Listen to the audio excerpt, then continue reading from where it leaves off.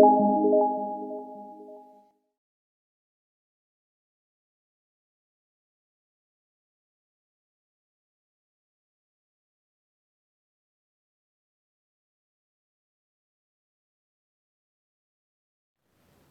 and welcome to the Alankar Pharmacy classes again, and in today's class I will explain about the multiple effect evaporator. And so let's start without wasting our time. First of all, evaporation is a process of vaporizing large quantities of volatile liquid to get a concentrated product, and the equipments used for the evaporation process are known as evaporators. And for this evaporation process, steam is normally used as a source of heat. Multiple effect evaporators are basically vertical tube evaporators that are connected together. And in this video, I will describe the triple effect evaporator. That means three vertical tube evaporators are connected together with parallel feed mechanism. Now the question arises, what is this parallel feed arrangement? Basically, there are four different types of mechanisms or arrangements or the ways through which the feed can be introduced inside the evaporator. So what are these four mechanisms? The first type of feed mechanism is known as forward feed mechanism. In this case, basically the mother liquor is introduced into first,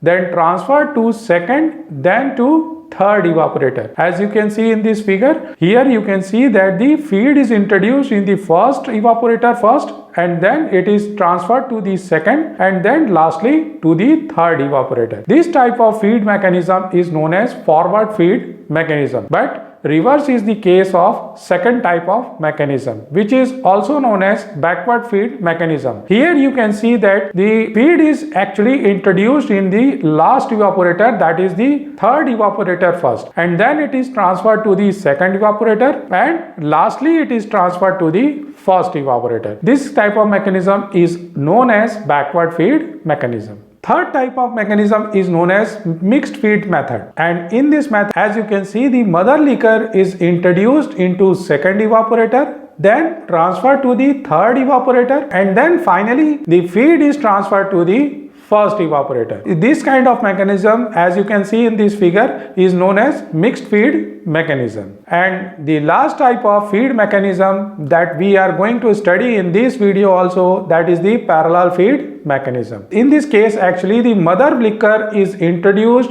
directly into all three evaporators without transferring material from one to another. So this kind of mechanism is known as parallel feed mechanism, and in this video basically we are going to study about the three vertical tube evaporators that are connected together, and the feed mechanism that we are using in this case is the parallel feed mechanism. And now the next thing is regarding its construction. As you can see in this figure shows the construction of a triple effect evaporator with parallel feed mechanism. And now you can see that the vapors of first evaporator serves as the heating medium of the second evaporator, and similarly vapors from the second evaporator serves as a heating medium for the third evaporator, and the last evaporator is actually connected with the vacuum pump or cyclone separator for better separation of liquid concentrate with vapors.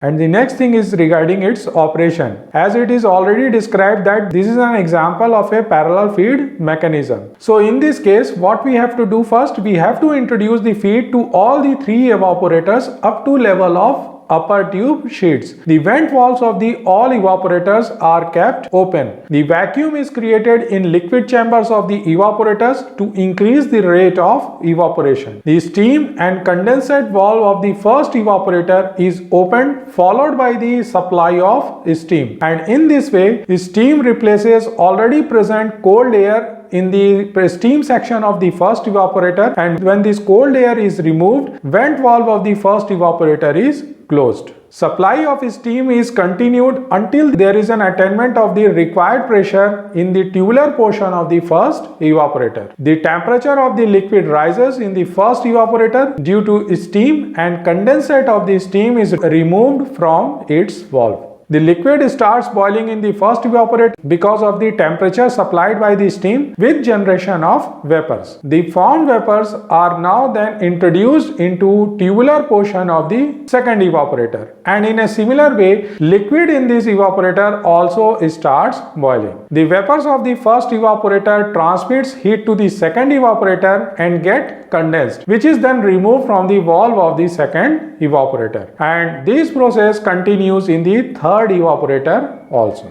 In this way, after some time, all evaporator reaches a steady state. And now what is this steady state? This is actually the state in which liquid is boiling in all these three evaporators. Since the liquid starts boiling in the first evaporator first, the level of liquid decreases in the first evaporator, and thus feed is introduced to maintain the level. In the same way, the level of liquids are maintained in the second and third evaporator also. This process is continuous until the liquid in all evaporators reaches the desired viscosity. And finally, product valves are opened to collect the thick liquid from each evaporator. And thus in this way there is a continuous supply of product from all these evaporators. And the next part is the economy of multiple effect evaporator.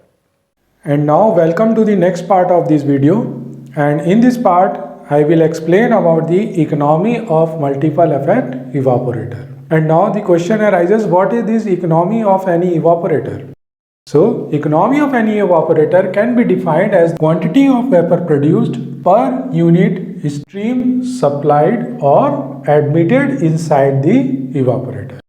So, this is its simple definition. The concept of economy of multiple effect evaporator is basically based on few assumptions. So, what are these assumptions? The first assumption is that the feed is introduced at its boiling point. So what does this mean? This simply means if the feed is introduced inside the first evaporator itself at its boiling point, that means the feed do not require any more heat to raise its temperature. Another exemption is this: the heat of first evaporator is then transferred to another evaporator which provides the latent heat of vaporization for second evaporator. Whatever be the amount of heat that is generated by the first evaporator is totally transferred to the second evaporator, and this energy will provide latent heat of vaporization for the second evaporator for the vaporization of liquid. So this is the second assumption. And the third assumption is that there is no loss of heat by any other means. So these all are the three assumptions on which this whole concept is actually based. So according to the definition of economy, value of the economy of multiple effect evaporator or any evaporator equals to the total mass of vapors produced by any evaporator divided by the total mass of steam supplied or admitted inside the evaporator. And now you can see that in the case of a single effect evaporator, 1 unit of the steam produces vapors only once. And that's why the equation that we have already discussed, in this case, the economy of a single effect evaporator can be written as the n unit of the vapor produced divided by the n unit of the steam supplied. Because whatever be the number of units steam supplied inside this evaporator, that will produce the same unit of vapors. And that's why its value is equals to the 1. Whereas in the case of a multiple effect evaporator that we have just discussed, as you have already gone through the figure, the steam is actually introduced in the first evaporator only, and the second and third evaporators are actually heated by the vapor supplied by the previous evaporators. And that's why in this case equation will become the n units of the vapor produced. So here in this case basically there are 3 evaporators which are generating vapors. In this case the n units of the vapor produced, whereas we have supplied just 1 unit of the steam, and that's why its value is equals to the n. So we can say that the economy of the multiple effect evaporator is actually n times the economy of single effect evaporator. And now there are few factors which affects the economy of multiple effect evaporator. What are these factors? The first factor is the temperature of feed. What is the temperature of feed? This is the first factor. Second factor is the temperature range of the evaporator. What is the minimum and maximum temperature of any evaporator? Third factor is the ratio of weight of feed and product. And the fourth factor is the pressure difference between the evaporators. So this is all with the today's topic. Hope you all have liked this video. Please share with your colleagues who are in the search of this topic. Thank you, friends.